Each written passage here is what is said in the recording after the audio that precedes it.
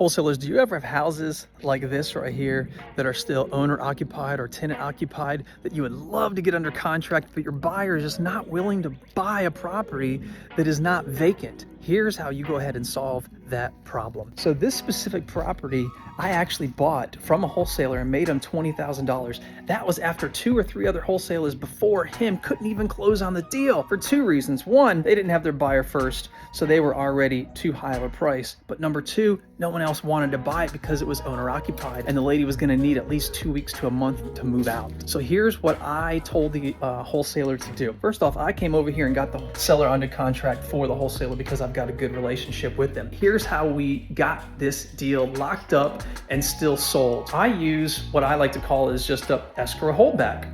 So we already knew the seller was going to make a huge profit, or they're going to at least leave with a nice large chunk. And so what I told the wholesaler to do is, guess what? We're going to hold back $5,000 to $10,000 in escrow. So again, that's a $5,000 to $10,000 escrow holdback. It could be any number that you want. And then we're going to charge that seller $100 per day if they don't move out by such and such day. So we gave her 2 weeks to move out, and then $100 are deducted from escrow for every day that she hasn't moved out.